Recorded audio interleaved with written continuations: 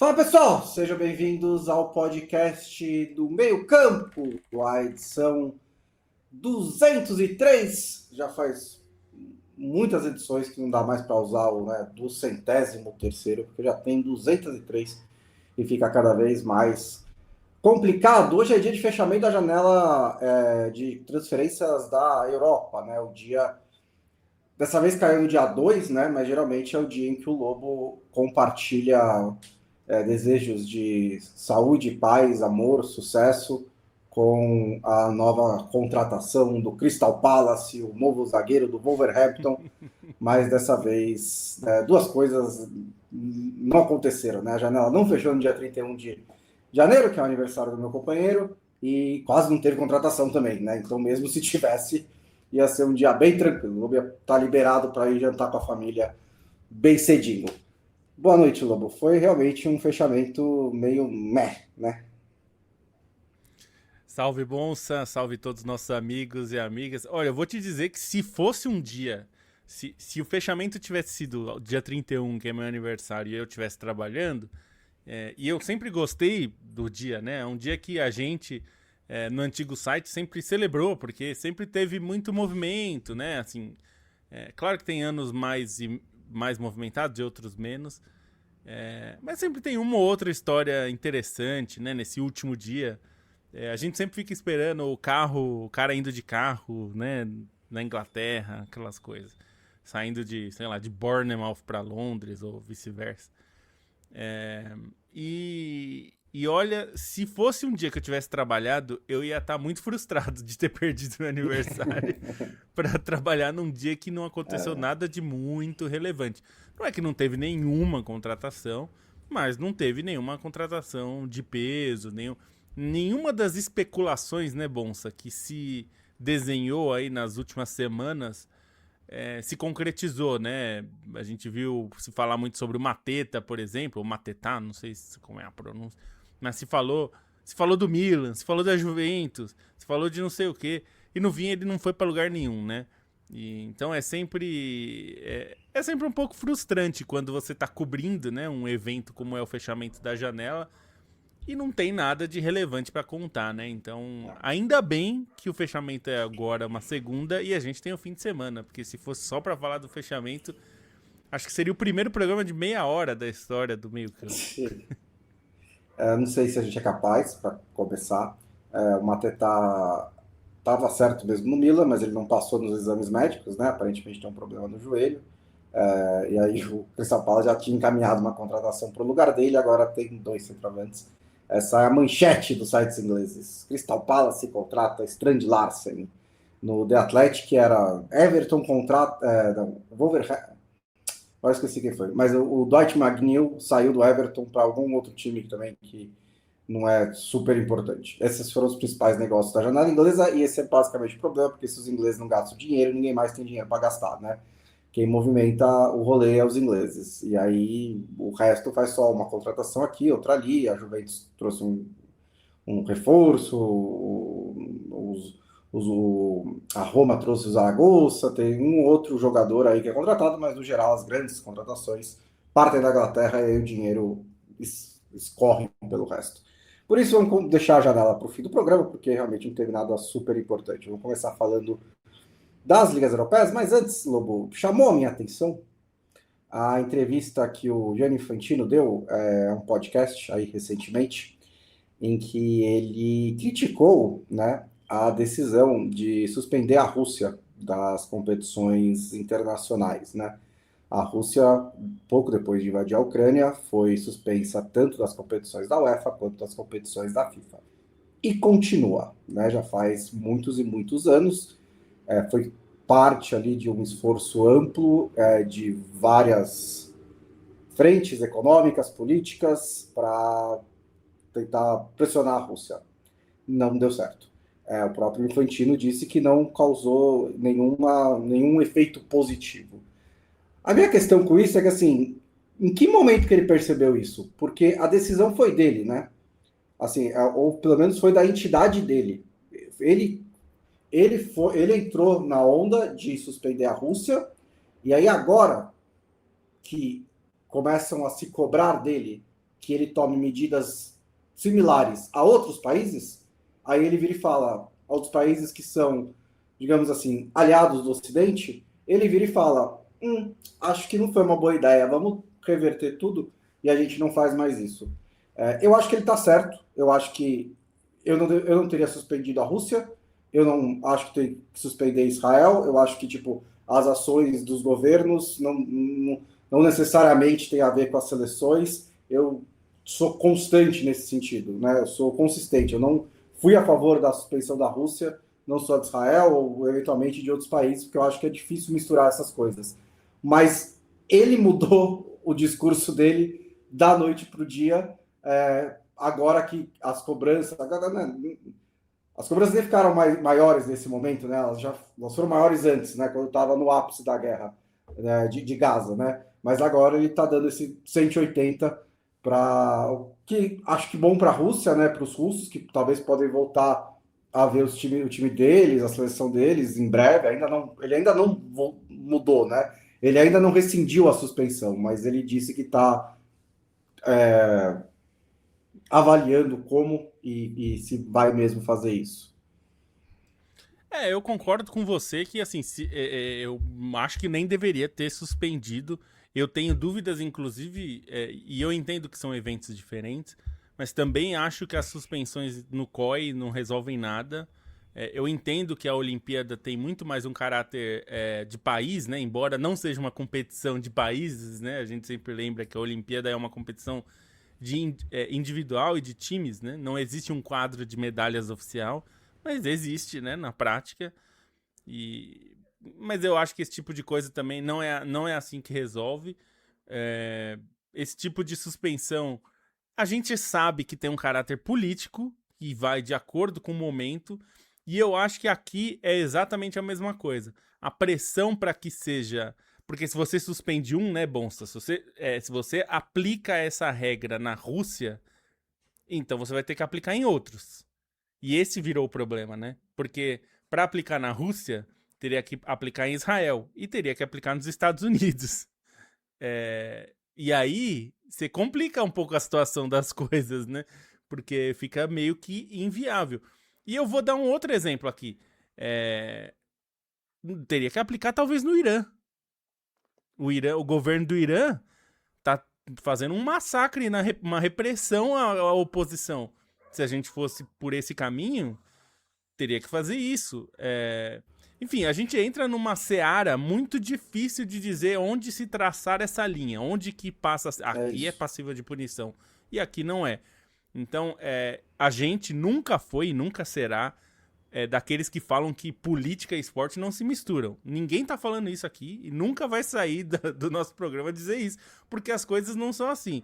O que a gente tem que tomar cuidado é para a sanção econômica não virar sanção esportiva. Porque essa é uma linha perigosa de se cruzar, que é exatamente o que está acontecendo aqui nesse momento. Eu acho plenamente justificável você ter uma sanção econômica contra a Rússia, ou, enfim, contra... eventualmente em algumas situações lá. Isso não é uma decisão, não cabe a gente, por exemplo, decidir se a União Europeia tem que sancionar a Rússia ou não. Agora, se a gente começar a fazer isso no esporte, é uma faca de dois gumes aí, porque isso pode cortar na carne, que é esse o ponto. Você vai suspender os Estados Unidos na Copa que eles vão sediar? Acho que é meio que inviável, né? Se o governo brasileiro, por qualquer razão, fizer alguma medida estúpida de censura ou contra uma oposição, enfim, fizer qualquer coisa dessas, e o Brasil é sede da Copa, assim, é inviável praticar isso, né? Você misturar esse tipo de coisa. A não ser quando é um caso que né? A gente entende como por exemplo, não dá para Israel jogar em casa nas eliminatórias. Acho que isso é um ponto pacífico. Você tem ali algum problema de segurança, especialmente se você for jogar contra, sei lá, se Israel for jogar contra a Turquia. Não sei se seria a melhor opção jogar em Tel Aviv. Mas esse aí tipo de coisa, né? Eu nunca tive problema quando não pode, quando eles bloqueiam, né, nos sorteios e tal. Tipo, por exemplo, se a Rússia voltar, eu acho perfeitamente plausível não ter um Rússia e Ucrânia por alguns anos. Eu acho que seria potencialmente problemático, né? A questão é a FIFA ser instrumentalizada a favor de interesses que não são do futebol. Eu acho que foi isso que aconteceu aqui, porque a FIFA foi naquele momento em que havia um clamor quase consensual contra a invasão da Rússia, só que quando houve o mesmo clamor quase consensual, menos, mas quase, contra a guerra de Israel em Gaza, a FIFA fez, não, mas agora, porque, enfim, faz muitos anos que o Infantino está, como é que eu posso dizer isso de uma maneira educada que não me abra para processos judiciais? Está muito próximo do Trump, né? Já faz muitos anos. É lógico que os Estados Unidos, mesmo antes, né, não foi com o Trump que começou isso, mas mesmo com o Biden, apoiaram muito Israel, né? Então Nunca houve um é uma governo questão americano que não apoiasse Israel, né? diplomática. Na prática. Não, nunca teve, exatamente, todos eles. Então, tem essa questão. A questão é assim, se a FIFA for começar a traçar linhas morais e suspender países para lá e para cá, é isso que você falou. Onde é que ela traça? É só invasão ilegal? É violação de direitos humanos também? E aí vai começar a também acabar país em que ela pode sediar eventos. Ela não poderia, por exemplo, entregar o prêmio da paz da FIFA para o chefe do governo que matou 2 pessoas em Minneapolis recentemente. Então, tem várias questões que tornam isso muito complicado. E eu entendo que a FIFA não precisa agir como polícia, como esse tipo de polícia de questões geopolíticas. O que me deixa irritado é que ela fez isso com a Rússia e aí depois falou, mas a gente não deve fazer isso, né? Eu até tenho a frase aqui que ele falou que eles, né, da FIFA, não deveriam proibir nenhum país de jogar futebol por causa de atos dos seus líderes políticos. Sim, eu concordo com isso, só que foi você que fez exatamente isso, né? Não é que ele chegou depois de um outro mandato, ele está na FIFA há 10 anos como presidente da FIFA. Então foi, eu achei muita cara de pau ele agora dizer, tipo, criticar essa decisão como se não tivesse sido da entidade dele. Entre as muitas coisas que a gente critica da FIFA, por exemplo, a FIFA não escolheu estar em Zurique porque ela acha o clima agradável. A gente sabe que Zurique é uma escolha política no sentido de que você vai para um país que é neutro, que costuma ter um posicionamento neutro, que tem uma política fiscal muito favorável, tudo isso. Mas eu acho que tem uma parte disso que a FIFA precisa ser, né? Ela precisa ter um certo caráter de neutralidade, porque é isso, ela não pode ser vedete de governos, nenhum governo. Governo de direita, de esquerda, centrista, muçulmano, cristão, de jeito nenhum, porque senão vira um problema mesmo, né? Então, de todas as críticas que a gente faz à FIFA por falta de transparência, mas o caráter de neutralidade que a FIFA sempre alegou que deveria ter ou que tinha, nesse ponto faltou mesmo. E aqui eu acho que tem uma questão de influência europeia. Nesse caso da Rússia, a pressão da União Europeia por dar sanções ao governo russo, e eu entendo a posição da União Europeia, mas os órgãos de governo, né, de futebol, né, no caso, o governo do esporte, deveriam traçar a linha e falar, olha, isso aqui não é da minha alçada punir um país, a não ser que ele puna por questões esportivas, aí é da alçada da FIFA, né? E, enfim, não se traçou aquela linha nesse momento, e aí virou um problema, porque não se sabe mais onde traça a linha, não dá mais para voltar atrás em relação a que país vai ser sancionado, então virou uma questão séria. Vamos lembrar que a gente ficou quantos anos, Bonsa, falando sobre as questões do Catar. E o Catar não só não foi punido, como recebeu a Copa do Mundo, né? Os veículos no mundo E inteiro. continua recebendo elenco, E continua recebendo eventos. evento, um Aliás, atrás é do um outro. parceiro Parece que premium da FIFA, né? só tem 3 países no mundo para receber evento: Estados Unidos, Arábia Saudita e Catar. É Não vai para basicamente praticamente isso. mais nenhum. Basicamente isso. Então, assim, eu acho que tem uma questão aí que a FIFA tem que ter algum caráter de neutralidade. E olha que a gente estava falando no caso do Catar, nem era uma questão política, naturalmente política. Era uma questão assim, os trabalhadores, numa obra da Copa, foram tratados de maneira desumana. Então tinha tudo a Sim. ver com a própria Copa. E não teve esse posicionamento da FIFA, né? Então acho que esse que tem que ser o ponto mesmo. Não é uma surpresa o Infantino ser um cara que muda de acordo com os ventos políticos. A gente Hum. tem visto, desde que ele assumiu, que ele é um animal político, né? E tá...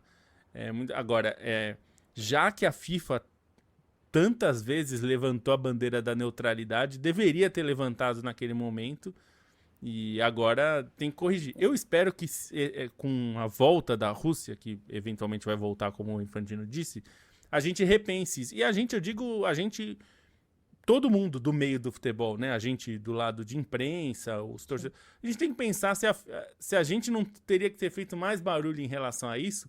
E eu entendo que também é uma posição assim, parece que você está defendendo a Rússia, né? E ninguém está defendendo a Rússia, é Sim. defendendo uma questão que é isso, vira impossível a gente trabalhar.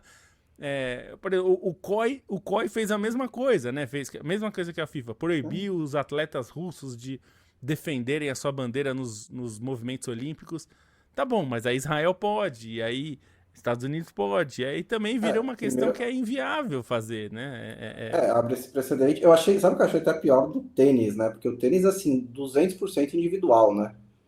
E eles tiveram que Totalmente. jogar sem bandeira, tipo, sei lá, eu não faço a menor ideia do que o Medvedev acha da guerra, sabe, e de qualquer maneira também, enfim, eu acho que acho que o problema é o precedente, e o segundo é, sei lá, punir gente que não tem nada a ver com o negócio, né? E, e acho que a FIFA, se quiser, ela não deveria querer. Se ela quiser agir como polícia moral do mundo, ela tem que melhorar bastante nesse sentido, porque ela não é boa nisso, ela não tem sido boa nisso, né? E não acho que é exatamente o papel dela.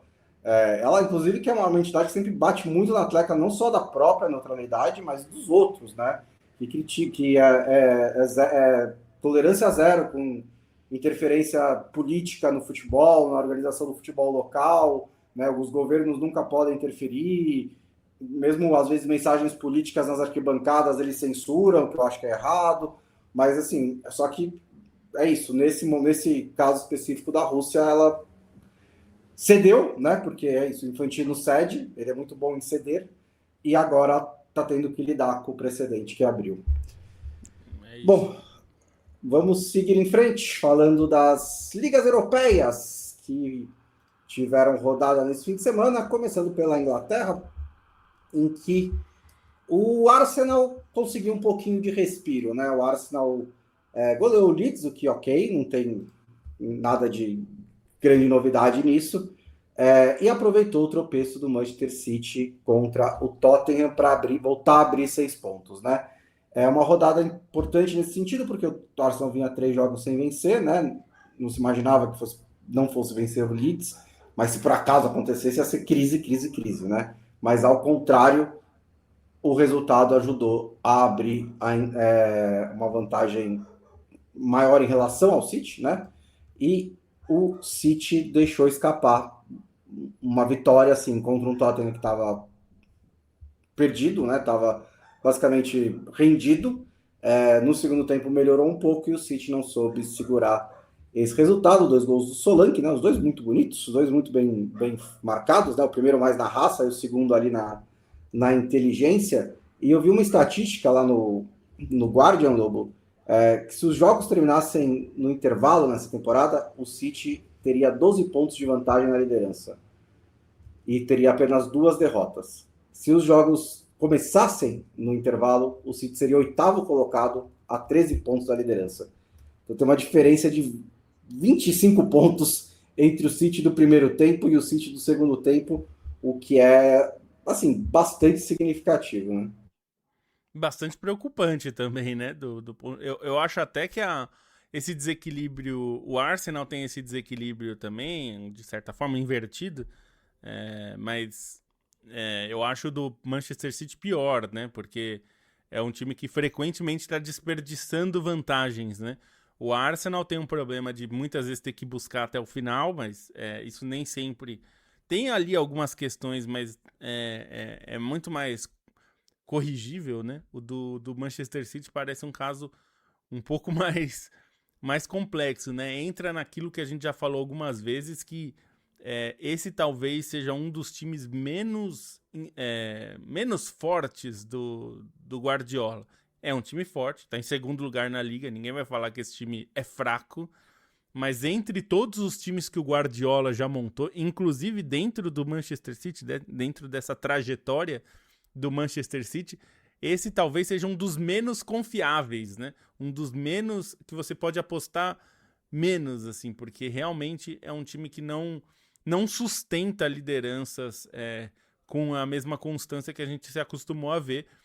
Na verdade, por muitos anos, né, Bom, o que a gente se acostumou a ver foi times que se defendem muito bem, enfrentam o time do Guardiola, aí seguram ali por meia hora, enfim, por algum tempo. Depois que toma o primeiro gol, você fala, acabou o jogo, porque aí o time do Manchester City não perdia mais, né? Era muito difícil o time do Manchester City tomar uma virada.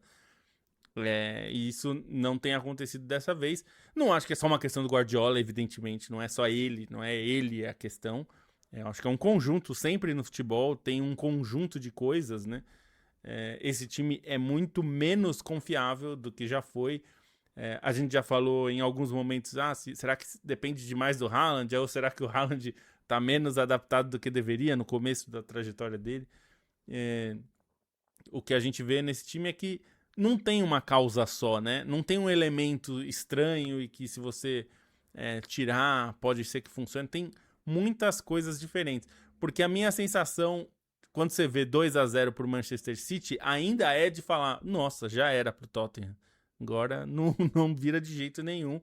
Não virou, mas empatou o jogo, o que já é uma... E durante o segundo tempo, né? Não foi um lapso ali de 2 minutos, 5 minutos. Então é algo que chama atenção.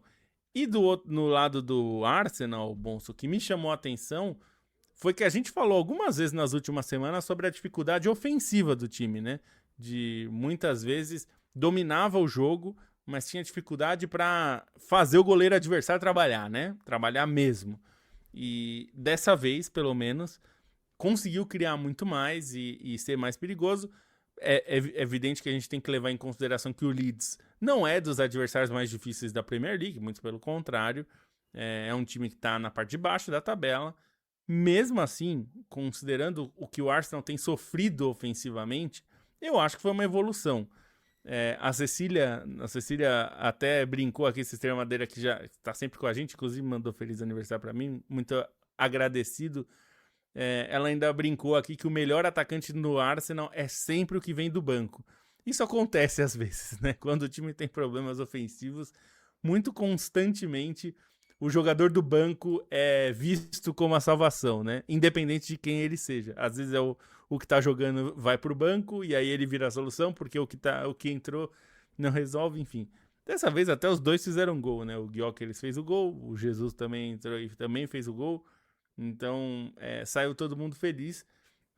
Mas considerando que o time... Eu fui pegar a estatística aqui, foram 15 finalizações. Mas mais do que as finalizações, porque muitas vezes o Arsenal finaliza muito e não consegue criar tantas chances claras, foram 6 grandes chances. Fez 4 gols. Então acho que aí tem um número melhor, assim, né? Mais do que só as estatísticas de chute. Conseguiu ser mais efetivo, né? Tanto que os gols esperados, né? O XG foi de 2,19, né? Então já é bem melhor do que o que a gente tem se acostumado a ver do Arsenal, né? Tá claro, a essa altura eu não quero entrar na discussão, é a pior Premier League de todos os tempos, é a 7ª pior, a 8ª melhor, foda-se.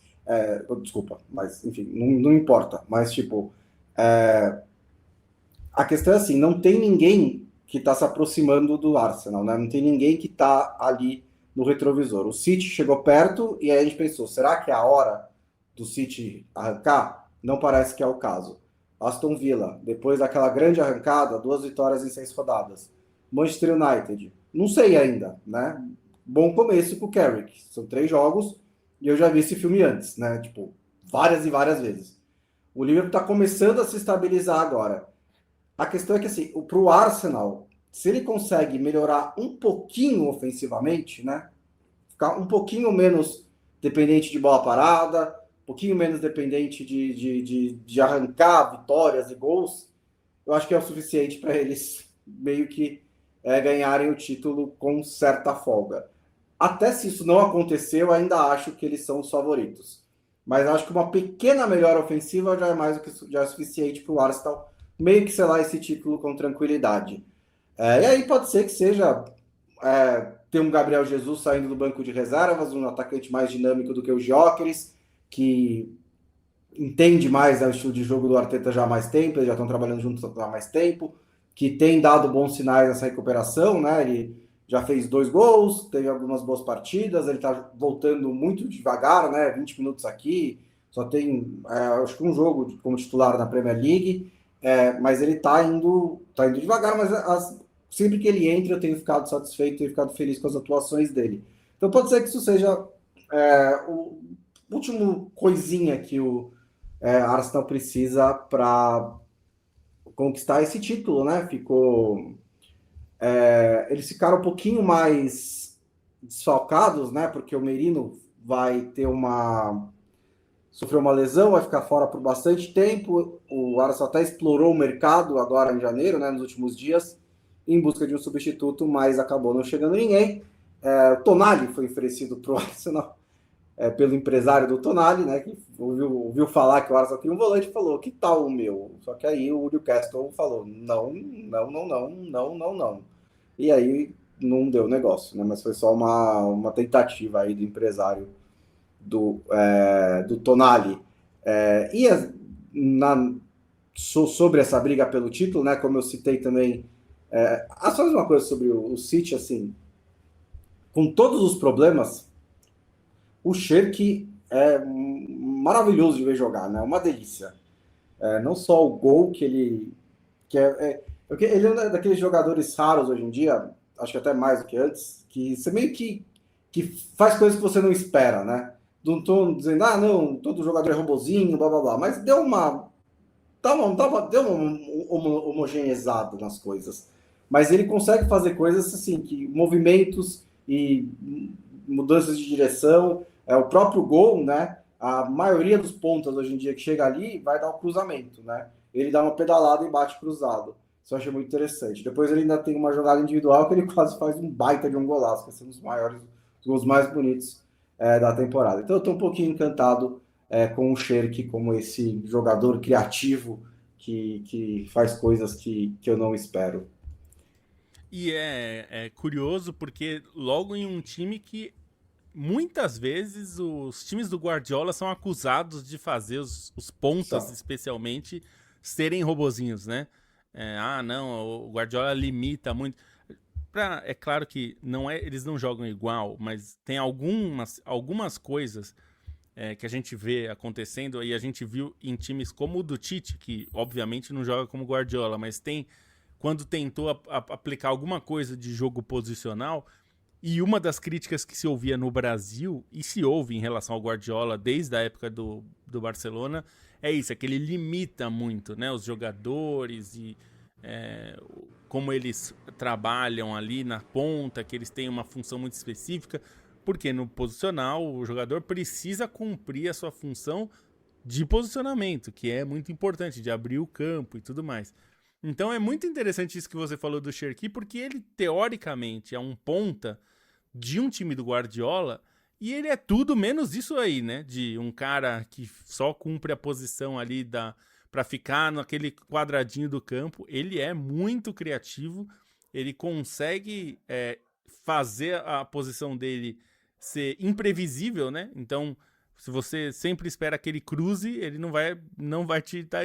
Ou se você sempre espera que ele puxe para o meio, ele é canhoto, não vai acontecer também, porque nesse gol mesmo, ele puxa para o pé direito e bate de pé direito.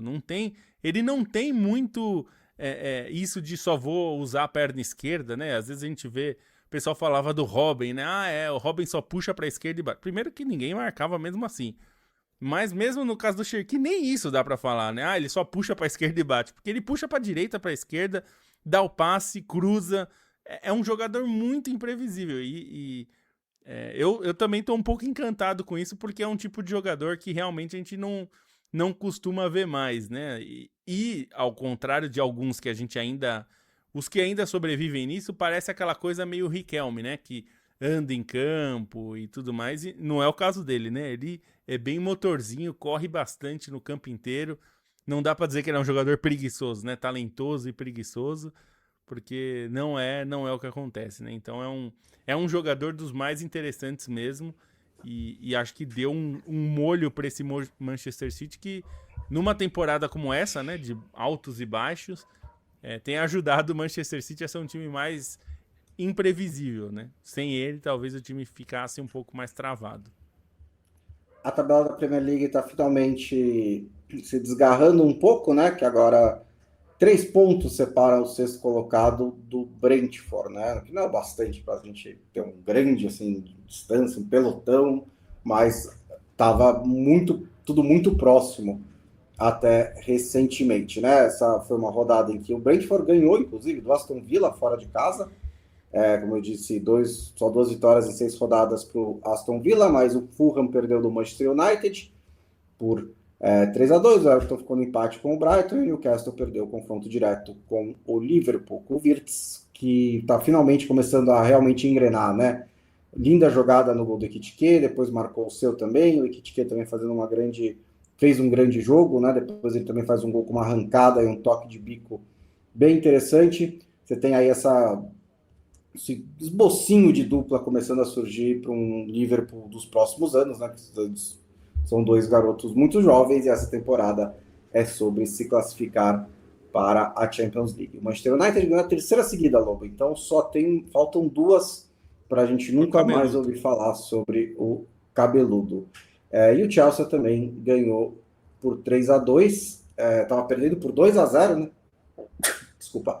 O Manchester United abriu 2-0, levou empate e aí saiu o terceiro gol. O Chelsea estava perdendo por 2-0 e conseguiu a virada por 3-2 contra o West Ham, com brasileiros marcando gols adoidados, né? Essa foi a rodada dos brasileiros na Premier League. Teve o gol do Jesus, que a gente já citou.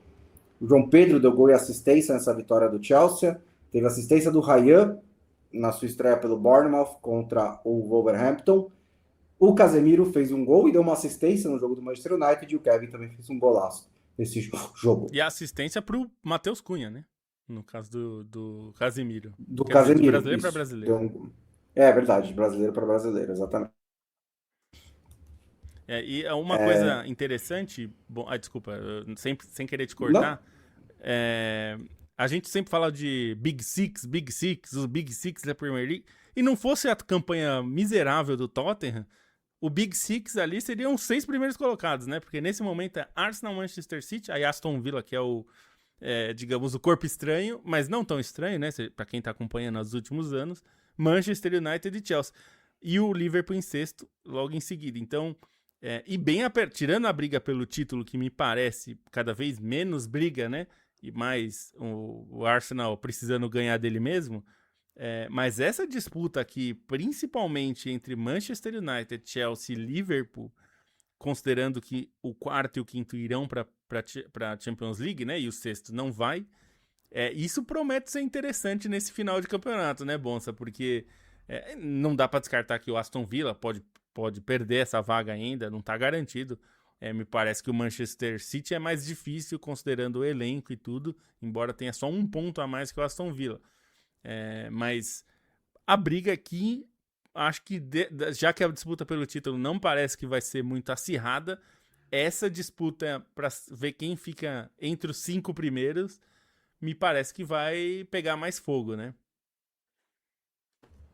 Que a situação é até parecida, já fazendo o gancho para a Alemanha, né? Parecida no sentido do conteúdo do cenário, né? Porque na Alemanha também a vantagem do Bayern caiu para 6 pontos e daqui a algumas rodadas tem um clássico contra o Dortmund fora. O City também, com 6 pontos, tem um clássico fora. Então, assim, na prática, a diferença de gols não é grande entre o City e o Arsenal. Então, na prática, o City precisa que o Arsenal perca um jogo até lá, né? Ou some 3 pontos a menos para tentar ultrapassar. Então, acho que ainda tem. A questão é que o Arsenal já passou pela sua oscilação e os outros não conseguiram aproveitar, né? Então, se ele recuperar aquele rendimento, é muito provável que acabe sendo campeão. Então, falando da Bundesliga, o Bayern tropeçou de novo, né? 2-2 com o Hamburgo, chegou a abrir 2-1, depois levou o empate. O segundo jogo aí que o Bayern não consegue ganhar pela Bundesliga, né? Consecutivos. Na verdade, não, consecutivos não, né? Não, consecutivos, isso.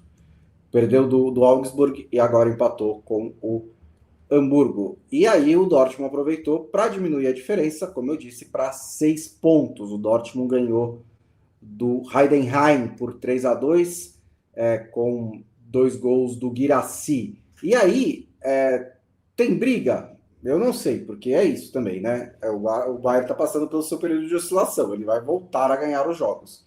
Mas são 6 pontos, e no fim do mês, no dia 28 de fevereiro, tem o Classique no Signal Iduna Park. Então, o Dortmund vai receber o Bayern para o confronto direto. E é aquela coisa que aquela mesma metáfora da Fórmula 1, né? Se chegar nesse clássico perto ali e conseguir abrir a asa, pode ser que ultrapasse. Eu ainda acho que o Bayern vai, depois desses 2 sustos, vai só pisar no acelerador e não perder mais nenhum ponto até ser campeão. Mas o cenário desse momento é que está mais próximo do que estava 2 rodadas atrás. Eu acho que eu só vou acreditar que tem uma disputa se chegar nesse jogo com uma diferença em até 3 pontos e o Dortmund ganhar o jogo. Porque aí a gente começa a falar, opa, agora as coisas esquentaram. Porque é difícil. Eu entendo até, e o comentário do Vinícius aqui, até no começo da live, era que se fosse o contrário, a gente estaria dizendo que o campeonato está aberto, né? Mas é porque o Bayern costuma ser um time confiável costuma ser um time consistente, né? E o Dortmund é conhecido pela sua inconsistência, né? Então, é por isso que a gente desconfia, e acho justo que se desconfie, porque a gente tá falando de um time que na última rodada precisava ganhar para ser campeão e perdeu, e conseguiu perder o título. Num título que só dependia dele. Então, esse é o time que a gente tá falando que a 6 pontos ainda tá muito longe. Se diminuir para até 3 pontos e aí vencer o Bayern e aí ficar numa, né, pelo menos igualdade de condições, eu acho que dá para sonhar. Por enquanto é difícil, até porque, né, bom, a grande questão é que o Bayern, no seu melhor momento, parecia meio que imparável, na Europa, inclusive. Então essa é a questão. Se o Bayern voltar mais ou menos ali para aquele nível, acho que não tem jogo para nenhum dos times concorrentes, né? Mas futebol permite que se faça isso. E o Dortmund tem 4 vitórias seguidas na Bundesliga, o Hoffenheim tem 5. Acho que também a gente não vai falar que o Hoffenheim vai brigar pelo título, que tem 42, né? Aí a diferença para o Bayern já é de 9 pontos e 3 pro Dortmund. Mas é interessante porque o Hoffenheim está na disputa pela Champions, né? É um time que faz tempo que não vai para a Champions League, tá nessa briga aí junto com o Stuttgart, e o Leipzig agora perdeu de novo, já está em 5º lugar na tabela com 36 pontos. Então a disputa pela Champions aqui, assim como na Premier League que a gente estava falando, e você citou tem esse paralelismo aí também, a briga pela Champions na Bundesliga também deve ser forte, lembrando que a Alemanha está na disputa pela 5ª vaga, a Inglaterra já garantiu que pelo menos com os resultados até agora vai ter a 5ª vaga, a Alemanha está na briga, pode ser que a Alemanha tenha a 5ª vaga, ainda está em disputa, e se tiver uma 5ª vaga, aí é bom para o Leipzig ou para o Leverkusen, que são os 2 times que estão ali entre 5º e 6º lugares, mas tem uma disputa interessante aí. Também tem uma grande distância entre o 6º e o 7º, né? 8 pontos do Leverkusen para o Freiburg, né? Mais até do que na Inglaterra. Interessante, né, ver o Hoffenheim aí nessa posição. É o melhor time do momento, né? A melhor sequência do momento, 5 vitórias seguidas.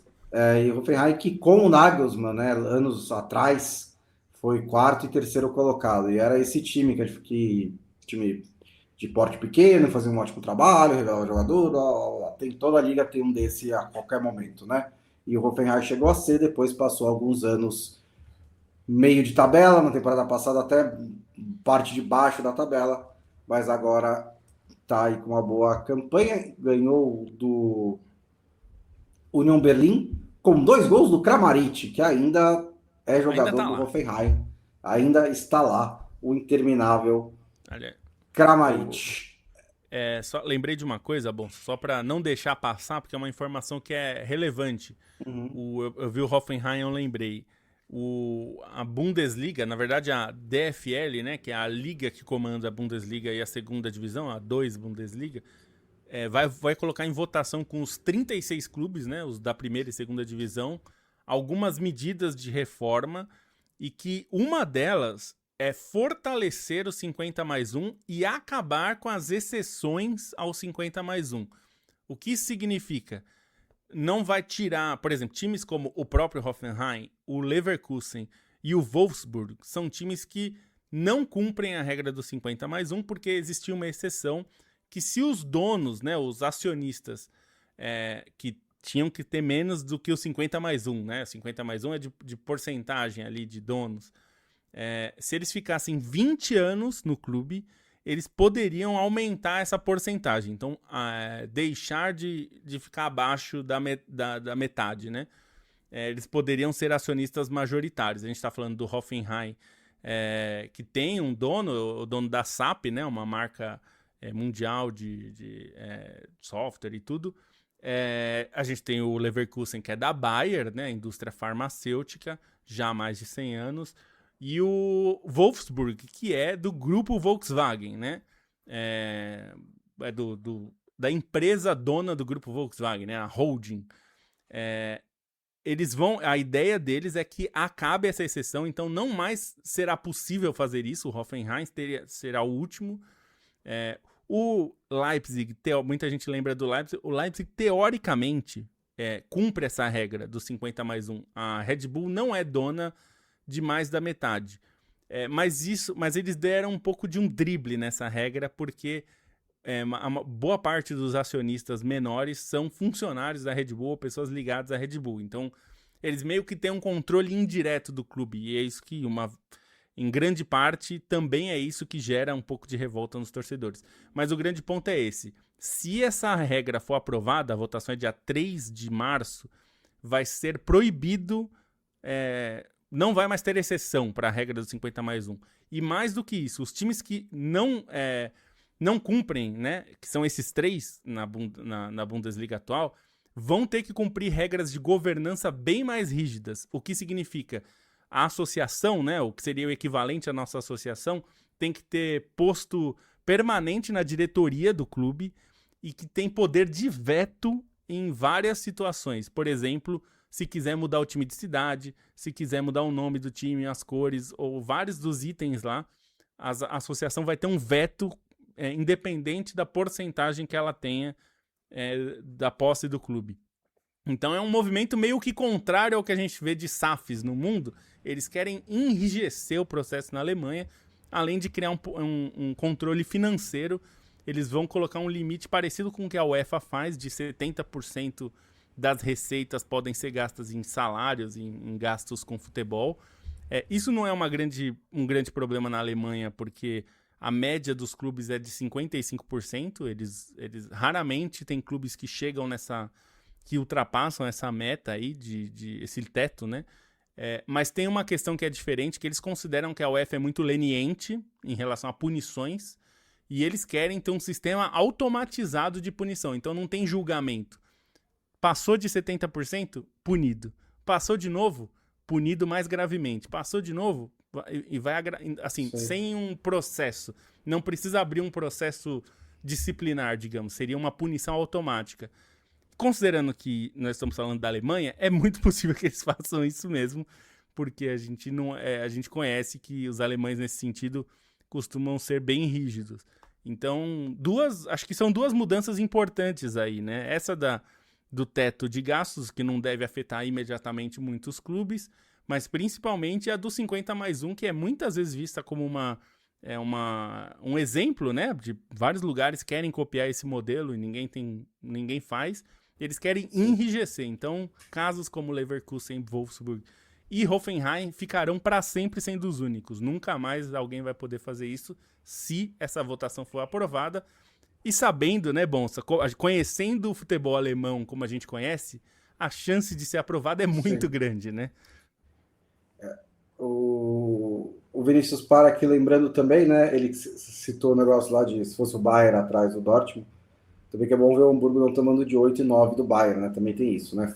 O Hamburgo tinha perdido 9 vezes seguidas pro Bayern de Munique e feito, tipo, um gol nesses 9 jogos.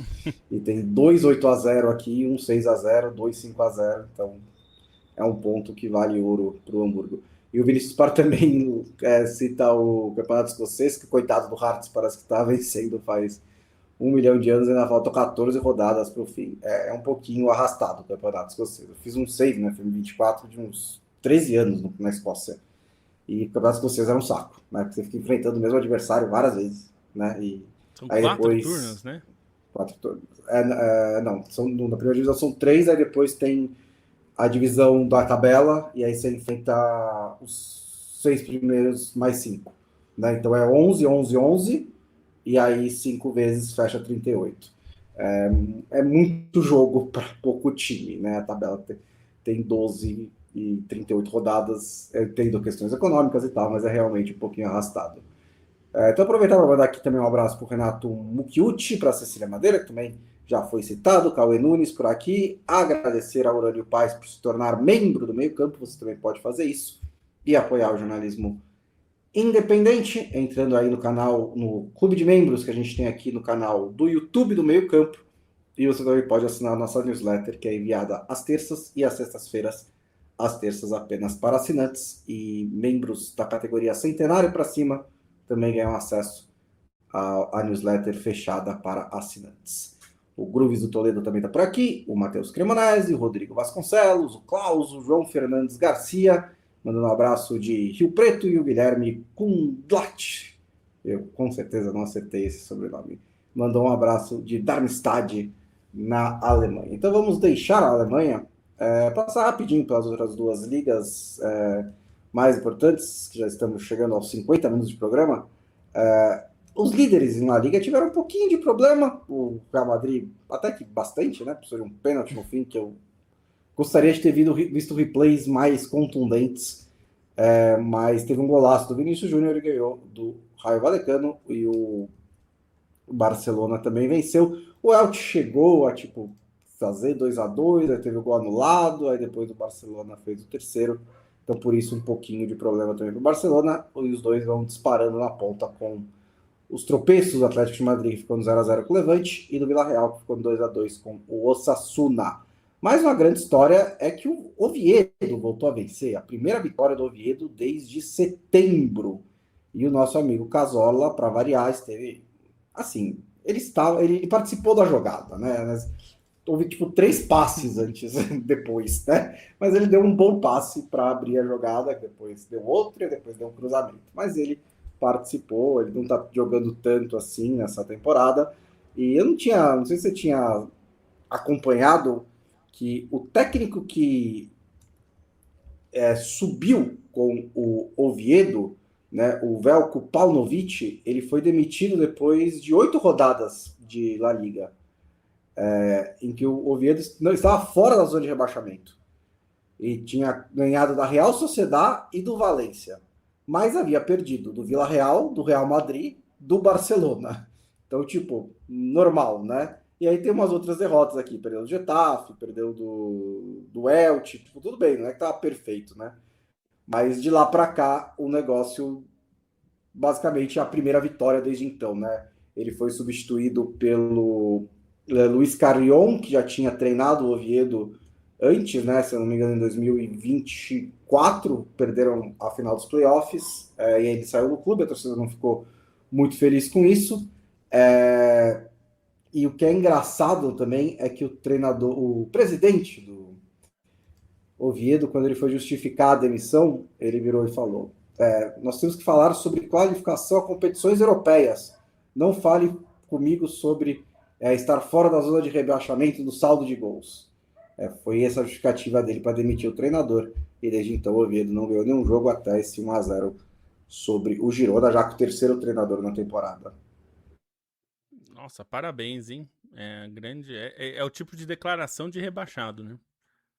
Parece a declaração de um certo clube paulista que o técnico foi super pés no chão de falar que precisa conquistar os 45 pontos no Campeonato Brasileiro. Aí o presidente vai falar, não, a gente aqui olha só pra cima, o time é incaível. Isso nunca acaba bem, gente. Assim, isso aí, esse tipo de coisa, é, tem que ter calma, né? Nós estamos falando do Oviedo. Ele não é se fosse o Florentino Pérez, eu entendo. O Real Madrid não pode mesmo querer, com o orçamento que tem, ter poucas ambições. Mas estamos falando do Oviedo, que subiu agora para a primeira divisão, né? Então, às vezes os dirigentes se perdem um pouco no personagem, né? E o técnico do Oviedo no momento é o Guilherme Almada, uruguaio, que foi campeão aqui na América do Sul com o Barcelona de Guayaquil, ganhou o campeonato equatoriano, treinou o River Plate também, campeão com o Pachuca, e está lá tentando tirar o Oviedo da zona de rebaixamento. Na Itália, a Juventus segue em ascensão, né? Goleou o Parma por 4-1 e o Napoli conseguiu uma vitória muito bem-vinda sobre a Fiorentina, depois de foi apenas a segunda em 8 jogos por todas as competições. E aquela coisa, né? Muitas lesões, muitos jogadores fora como desfalque, abre a oportunidade de garotos como o Antônio Vergara, que fez aí seu segundo bom jogo seguido. Não sei se vai vingar nem nada disso, mas ele ganhou uma chance e está aproveitando, né? Marcou um gol, se não me engano, deu uma assistência também. E a Inter venceu a Cremonese sem problemas e manteve a liderança, e o Milan só joga nessa terça-feira. Mas também a história foi o 0-0 do Como contra a Atalanta, né? Que o Como teve 79% de posse de bola, deu 28 finalizações, um XG de 5,24, um pênalti no último minuto e o jogo foi 0-0. Isso é impressionante. É uma anomalia estatística, né? Assim, é quase impossível ter um jogo desse com esses dados, com essas estatísticas, com essas chances e acabar 0-0, mas enfim, o futebol permite isso também, né? Mas se o Fábrega já ficou bravo quando jogou contra o Alegre, né? E reclamou que não sei o quê, que o time jogou bem dessa vez, mais ainda, né? A gente tá falando de um time que é bem ofensivo e tem bons jogadores ali, né? Uma das histórias da próxima janela de transferências, que vai ser a do meio do ano, vai ser o Nico Paz, né? Onde ele vai jogar, porque o Real Madrid faz uma coisa que é muito costumeira do próprio Real Madrid e até pouco usada por outros clubes, que é cláusula de recompra, né? Ele não tá... Ele tem um vínculo com o Real Madrid porque o Real Madrid ainda pode recomprá-lo por um valor estabelecido. Então, é muito provável que o Real Madrid vá recomprá-lo para manter o vínculo e ver o que vai fazer, porque o jogador é um jogador que está brilhando, né? E vamos ver o que vai rolar. Como está em sexto lugar nesse momento no campeonato, perto Também da Roma, tem uma distância 43. do sexto para o sétimo, né? Que nem na Alemanha e que nem na Inglaterra. Olha que coisa. É verdade. A Roma perdeu hoje, né, da Udinese por 1-0. A Juventus tem 45 pontos, o Napoli tem 46, o Milan tem 47, mas joga nessa terça-feira, como eu disse, contra o Bolonha. E a Inter lidera com 8 pontos de vantagem para o Milan, tendo disputado um jogo a mais.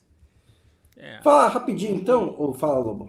Pode completar. Não, eu já dizer que assim, eu acho que tem alguma relação com a Premier League, que assim, a Inter não tá fazendo um campeonato assim espetacular. Não tá. Mas ela tá fazendo o arroz com feijão muito bem, né? Assim, pega a Cremonese, ganha sem problemas.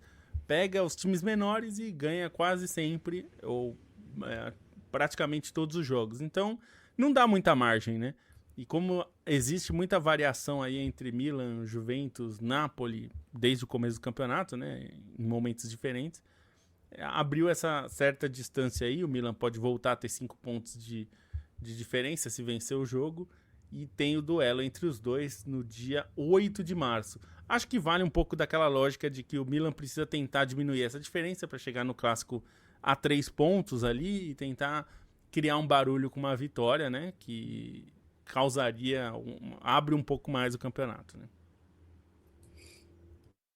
Então vamos falar rapidinho, porque não tem muita coisa para falar mesmo, sobre os últimos reforços. As maiores notícias foram mais ou menos o que não aconteceu, né? Como a não contratação que o Arsenal tentou explorar, como eu até citei também, o Mateta não indo para o Milan, e mesmo sem o dinheiro do Mateta, o Crystal Palace contratou o Strand Larsen. Inclusive, assim, eu não quero ensinar o Steve Parrish a gastar dinheiro, tenho certeza que ele é melhor que eu nisso do que eu.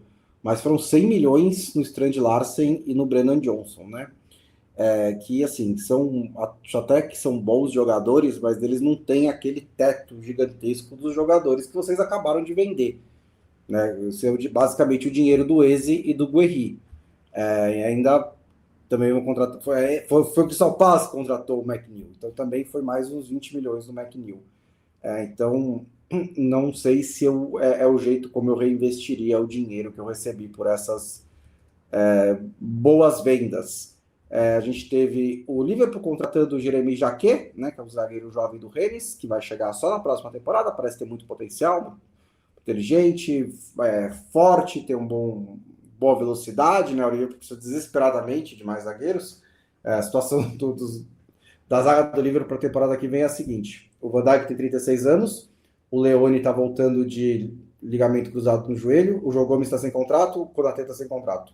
Então, esse é o departamento de defesa do Liverpool para a temporada que vem. Então, já conseguiu pelo menos uma contratação. Falei também, né, na Roma que alguns times da Itália fizeram algumas contratações. Não vou falar todas, mas me chamou a atenção o Zaragoza indo para Roma, né, que é um ponta que não estava tendo espaço no Bayern de Munique, porque, né, ele não é tão bom assim para o Bayern de Munique, mas pode ajudar a Roma. É mais um jogador de ataque para o time do Gasperini.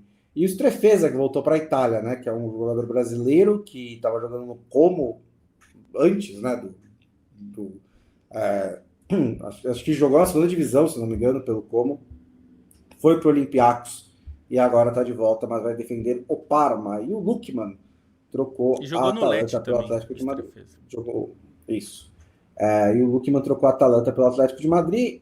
Lembrando que ele tinha tentado forçar a transferência dele para a Inter, né, no começo da temporada, mas a Atalanta bateu o pé para não reforçar uma rival direta e agora o Lukman foi para o Atlético de Madrid. E talvez a maior notícia de transferências no mundo é que o Benzema trocou de times na Arábia Saudita. Também aconteceu isso. O negócio lá tá pegando, viu, Lobo? Tá complicado lá a briga interna ali, né? Mas o Benzema saiu do Al Ittihad, foi pro Al Hilal, e aí o Al Ittihad contratou também o Neziri, né, que estava no Fenerbahçe. Ou vai Aliás, contratar. essa é uma história que a gente já tá falando há algum tempo, né, Bonsa, sobre o que é o futebol saudita hoje, né? Porque ficou, desde que o Benzema foi para lá, e talvez ele seja o grande marco, né? Porque a contratação do Cristiano Ronaldo foi um contexto específico e a gente ficou, bom, o Cristiano Ronaldo vai ganhar seu dinheiro e tal, mas a janela que o Benzema chegou foi aquela janela de 900 milhões de libras e que contrataram muitos jogadores, nenhum do peso do Benzema, é bem verdade isso, talvez o mais perto disso tenha sido o Firmino, que não era mais, né, não era uma temporada como foi a do Benzema, de um dos melhores da Europa naquele momento. E desde então a expectativa eles vão repetir isso. E na janela seguinte não repetiu, muito pelo contrário, foi uma janela bem mais modesta, não só em valores, mas de jogadores, né? O impacto dos jogadores. O John Duran foi o jogador mais caro e impactante ali daquele mercado. Teve o Ivan Toney também. E aí a gente já vê a diferença entre, só para pegar esses dois, né? Benzema e Firmino, saindo de Real Madrid e Liverpool, para a gente está falando de John Duran saindo do Aston Villa e o Ivan Toney saindo do Brentford. Não que não sejam bons jogadores, são bons jogadores, mas não são estrelas mundiais, né? E, enfim, não se repetiu aquele mercado, né? A expectativa era que todo ano tivesse um Benzema, e depois um Salah, depois um Vinícius Júnior, e não foi o que aconteceu. Eu acho que vale explicar esse caso do Benzema, que foi oferecido, o contrato dele ia acabar, foi oferecido uma renovação que, sem salário fixo, ele teria direitos de imagem e bônus de desempenho. Ele ficou, com o perdão do francês, putíssimo, e falou, não renovo essa bagaça, não jogo mais por esse clube, se recusou a entrar em campo, fez greve. Não sei se greve, eu teria um pouco de medo de fazer greve na Arábia Saudita, né? Mas cada um faz o que quer, né? E o Cristiano Ronaldo é outro que tá fazendo greve, viu, Bons? E aí eu acho que tem a ver com essa transferência, no caso, porque uma das razões que o Cristiano Ronaldo reclama é que ele diz que o PIF, né, que é o fundo saudita, só dá importância pro Al Hilal, só gasta dinheiro com o Al Hilal. Cadê os nossos reforços? Lembrar que o time dele contratou o Sadio Mané, contratou João Félix, contratou Aymeric Laporte, que já saiu. E aí eu acho que entra num pouco no que também a gente já falou, né, Bonsa? O Laporte e o Henderson, especificamente, são dois que falaram abertamente sobre é ruim jogar lá, né? O Laporte falou sobre estrutura, falou sobre trânsito, que ele levava 3 horas para chegar no centro de treinamento, porque o trânsito de Riad é caótico. Não deve ser a coisa mais legal do mundo morar em Riad também, né? Tem esse aspecto para a família, né, dos jogadores. E o Henderson falou sobre estrutura também. E o Henderson foi um caso que a gente nunca entendeu porque que ele aceitou, né? Assim, sempre pareceu um peixe fora d'água nesse sentido. Mas a gente tem... Não, eu sempre entendi por que ele aceitou. Fiquei decepcionado por ele ter aceitado, mas não, eu é sempre verdade. entendi. É Qual verdade. foi o motivo. A grana foi muito grande mas é isso, o que a gente imaginava, no caso do Henderson, é o que aconteceu, por exemplo, com Lewandowski, que foi oferecido um contrato de 100 milhões e ele recusou. O Vinícius Júnior, que não quis nem ouvir a proposta. O Mbappé, quando os sauditas bateram na porta dos empresários dele, os empresários falaram, com vocês a gente nem vai falar. Ou com o Bruno Fernandes, que recebeu a proposta e falou, prefiro ficar aqui no Manchester United. E olha que a gente tá falando do Manchester United, que não é exatamente o lugar mais agradável nesse momento no futebol europeu. Então eu acho que tem um pouco disso. O dinheiro existe, ele é muito pesado. A gente tá falando de um jogador como o Lewandowski, que já é um veterano, ganha 100 milhões. Eu acho que ele nunca ganhou esse salário na vida dele. Assim, nenhum dos clubes, ele só jogou em time... Quer dizer, jogou em muitos times importantes. Mas ele não quis. E eu acho que é isso um pouco que a gente esperava do Henderson, né? Assim, esperava que isso... E, na verdade, é isso que tem acontecido em boa parte dos casos desses jogadores superestrelas, né? Esses jogadores não têm se sentido seduzidos pelo grande projeto de futebol da Liga Saudita, né? Que é uma coisa que se vendeu muito e agora parece que o foco dos próprios sauditas já não é esse. O Cristiano Ronaldo tá reclamando porque o Al Hilal montou um timaço, tá dominando o Campeonato Saudita e não tá sobrando nada pro coitado do Al Nassr do Cristiano Ronaldo, né? E aí agora, inclusive, o Benzema troca o Al Ittihad para ir pro Al Hilal, justamente o time que ele acha que o Cristiano Ronaldo acha que é protegido da coroa saudita, né? Que é uma grande ideia, se for pensar bem, né? Bom, isso é uma ótima ideia você ter o governo do país ser dono dos 4 maiores times do país, né? Isso tem tudo para dar Então, certo. meu ponto ia ser esse, assim, tipo, com quem você vai reclamar, né? Acho que eles investiram também no Al Nassr, longe de mim defender, mas eles 100 milhões de reforços no Al Nassr. Contrataram, você falou, o João Félix, o Simacan, o Coman. Investiram mais no Al Hilal, mas assim, essa que é a questão, assim, como é que funciona, né? Quem que toma essa decisão? Quem que tá falando, não, vai dar mais dinheiro para cá, não vou contratar para cá? Sem falar que talvez um dos motivos de ter menos investimento no Al Nassr, investimentos em taxa de transferências do que em outras coisas, é que o Al Nassr tem um jogador que ganha 4 milhões de euros por semana. Então, isso também pesa na conta, sabe?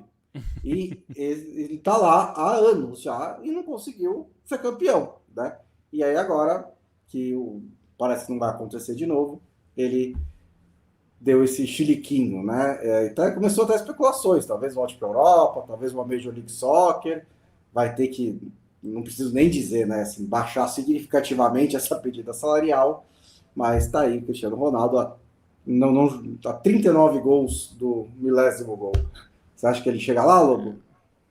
Ah, vai chegar, nem que seja jogando pelo Estrela Amadora, né? Mas ele vai chegar, não tenho muita dúvida disso. Eu só quero dizer que, assim, muita gente achava que a Arábia Saudita podia ser uma liga atrativa. Acho que é mais fácil a Kings League ser atrativa do que a Campeonato Saudita, sinceramente. Não, assim, não está no fim do programa mesmo, então, mas assim, a questão com a Arábia Saudita é o seguinte: você não consegue comprar uma liga boa em tipo 10 anos ou 5 anos. Tipo, não tem como fazer isso. A menos que você simplesmente abandone o futebol local, né?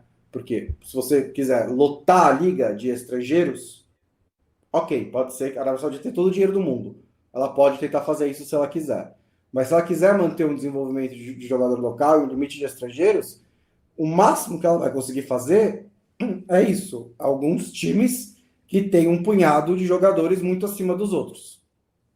Só que uma liga com 18 clubes tem 450 jogadores.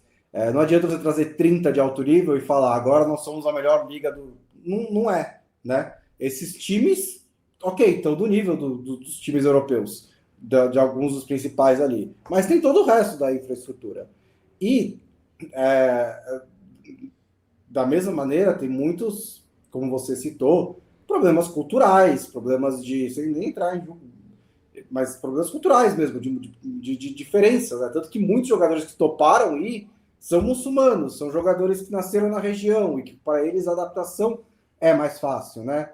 Mas outros talvez não tenham tido esses problemas, não tenham tido essas facilidades quando vieram da Europa, também com a cabeça europeia. Então também tem essa dificuldade para a Arábia Saudita. E principalmente, se você quer ser uma das melhores ligas do mundo, não dá para uma entidade dominar os 4 principais clubes do país, né? Assim, isso é um problema também. Você precisa ter uma gestão séria, você precisa ter, tipo, independência, precisa ter um pouco de sustentabilidade e nada disso nunca existiu na Arábia Saudita. Muita gente foi para lá no puro hype, né? Foi só foi uma bola de neve, né? O Cristiano Ronaldo foi, 6 meses depois o Benzema foi, aí foi um aqui, outro ali, e muita gente embarcou achando que realmente estava embarcando numa nova Superliga. E acho que anos depois, já muita gente voltou, o Kanté também voltou nessa janela, inclusive. A gente também poderia ter citado, né? O Kanté vai para o Fenerbahçe para jogar esses próximos meses. Muita gente já voltou e o nível de investimento que eles estão conseguindo, de nível de jogador que eles estão conseguindo contratar, está mais em linha com o que era historicamente, né? Acho que acima, mas está mais próximo quando você traz um Darwin Núñez, jogadores veteranos que estão saindo da Europa, talvez tenham perdido um pouco de espaço, que para eles a decisão entre ser muito rico e a questão esportiva, a questão financeira pesa mais, porque a esportiva já não está mais como estava antes. Esses caras que estão conseguindo trazer, Darwin Núñez, Coman, e não o atual vencedor da Bola de Ouro, jovens promessas. Então acho que deu uma estabilizada. Eu nunca vou dizer não com a Arábia Saudita, porque eles realmente têm todo o dinheiro do mundo. Então se eles quiserem dobrar a aposta e da prova fazer mais um mercado, pode ser que aconteça. Mas eu acho que o hype deu realmente uma passada e essas brigas internas é só sintoma de uma estrutura que não existe, né? Não tem como você levar a sério uma estrutura dessa em que uma mesma entidade comanda mais de um clube no mesmo campeonato. E de clube grande, né? E tem tem alguns jogos que tem menos de 1.000 pagantes, né? Então, assim, é a mesma coisa que você achar que só porque a gente tem Flamengo, Palmeiras, Cruzeiro, sei lá, Fluminense, Atlético Mineiro, que só tem jogo bom também. Assim, você sempre vai ter os times da parte de baixo da tabela. E o problema é que a distância ficou muito grande, né? Entre os times do topo e os times do meio e do fim da tabela. E aí você tem, eu tava vendo, tem jogo que teve menos de 800 pagantes, teve um jogo que teve 117 pessoas no Campeonato Saudita. Então, assim, e a gente tá falando de uma liga que... então você tem que ter um investimento na cultura de futebol local. Não tem como... A não ser que você queira fazer uma coisa meio Harlem Globetrotters, né? E levar só os caras para ficar fazendo exibições e levar time de estrangeiro, mas é isso. Como você falou, você quer desenvolver futebol local, desenvolver categorias de base, estrutura, demora um tempo, demora décadas para você conseguir fazer isso funcionar. E mesmo assim não é garantido, né? Você pode gastar muito dinheiro com categoria de base e não dar o resultado, né, de uma maneira tão rápida assim. Sim. É um processo, e é um processo muito longo. A gente está falando de... Futebol está estabelecido na Europa há mais de 100 anos, na América do Sul há mais de 100 anos. A gente está falando de um país que investe há 30 anos em futebol. Então, é uma diferença muito grande, não tem jeito. E assim, eu não quero desmerecer, não é isso. Mas é que o que me incomodou sempre foi essa coisa de que... E coisas como o Cristiano Ronaldo falando que a Liga Saudita já era melhor que a francesa.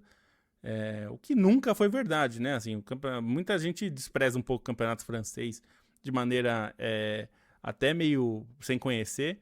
E não é isso, né? Não é assim que se faz, né? A gente que já viveu um pouco dessas bolhas de Eldorados, né? A China, muita gente achou que era isso. Nos anos 90, quando começou a MLS, tinha gente que falava que era o futebol, era a Liga do Futuro. A gente tem que tomar um pouco de cuidado com esse tipo de coisa, né? As coisas não são construídas. Tradição não dá pra... É uma das poucas coisas que você não consegue comprar, né? Você tem que construir. E aí você pode... Com dinheiro ajuda.